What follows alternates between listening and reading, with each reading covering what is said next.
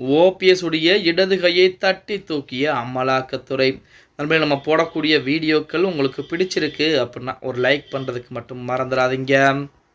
நமது அண்ணன் ஓபிஎஸ்ஐ பொறுத்த வரைக்கும் தற்போது தொண்டர்கள் உரிமை மீட்பு குழு அப்படிங்கிற குழுவை மறுசீரமைக்கக்கூடிய வேலையிலே இறங்கி இருக்கிறார். அதாவது தமிழகம் முழுவதும் மிக விரைவாகவே சுற்றுப்பயணம், அது மட்டுமல்லாமல் இந்த ஈரோடு கிழக்கு தொகுதியை தேர்தலை புறக்கணிப்பு, இந்த மாதிரி வேலைகளை புறம் பார்த்திருக்கிறார் அப்படிங்கிற செய்திகள்லாம் உங்க அனைவருக்குமே தெரியும். ஆனால் ஓபிஎஸ் உடைய பின்புலத்திலிருந்து வேலை செய்யக்கூடிய நபர்களிலே மிக மிக ஒரு முக்கியமான நபர் யார் அப்படின்னா வைத்திலிங்கம் அவர்கள் தான். அதாவது வெளி உலகத்திற்கு ஓபிஎஸ் பெயர் தெரிந்தாலும் பின்புலத்திலே இருந்து வேலை செய்யக்கூடிய நபர் வைத்திலிங்கம். அப்படிப்பட்ட நபர் இந்த நாடாளுமன்ற தேர்தல் முடிந்த பின்பு தனி அணியை உருவாக்குகிறோம் அப்படின்னு சொல்லி அவரும் சரி, போலேந்தி மற்றும் ஜேசிடி பிரபாகரன் இந்த மாதிரி நபர்கள்லாம் தனி அணியை உருவாக்கினாங்க. அதுவுமே செயலிழந்த ஒரு அணியாகத்தான் இன்று வரைக்கும் இருக்கிறது அப்படின்னு சொல்லி இப்படிப்பட்ட ஒரு சூழ்நிலையிலே வைத்திலிங்கம், அதாவது ஓபிஎஸ் இடது கையாக செயல்பட்ட வைத்திலிங்கத்தின் மீது 100 கோடி ரூபாய் சொத்துக்களை முடக்கம் செய்திருக்கிறது அமலாக்கத்துறை அப்படிங்கிற செய்திகள் வெளியாகி ஓபிஎஸ்ஐ பரபரப்பாக வைக்கிறது.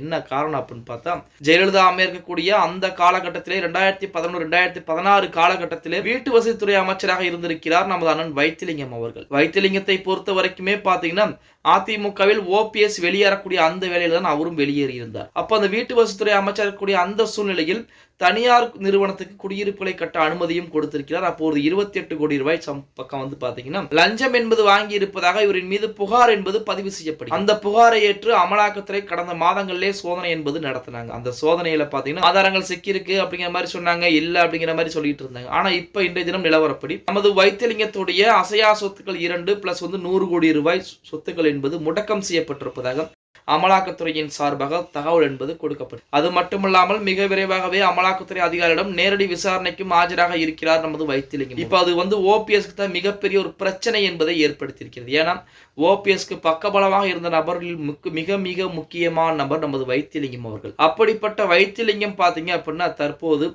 மிகப்பெரிய ஒரு சிக்கலிலே மாட்டிக்கொண்டிருக்கிறார். இப்ப அவர் அந்த பிரச்சனையை பார்ப்பாரா, ஓபிஎஸ் உடன் சேர்ந்து அதிமுகவை ஒன்றிணைக்கக்கூடிய அந்த வேலையை பார்ப்பாரா அப்படின்னு பார்த்தா கண்டிப்பாக 100 கோடி ரூபாய் சொத்துக்களை மறுபடியும் வாங்குவதற்குரிய வேலைப்பாடுகள் தான் வைத்திலிங்கம் இறங்குவார். இது ஓபிஎஸ்க்கு மிகப்பெரிய ஒரு பின்னடைவாகத்தான் பார்க்கப்படுகிறது. அது மட்டுமல்லாமல் பாஜகவிடம் நேரடியாக பேச்சுவார்த்தையும் நடத்தி இருக்கிறாராம் நமது ஓபிஎஸ் அவர்கள். இருந்த போதிலுமே பாஜகவுடைய உதவிகள் கிடைப்பதில் காலதாமதம் என்பது ஏற்பட்டு கொண்டிருப்பதாக செய்திகள் என்பது வெளியாகி கொண்டிருக்கிறது. பொறுத்திருந்து பார்க்கலாம்.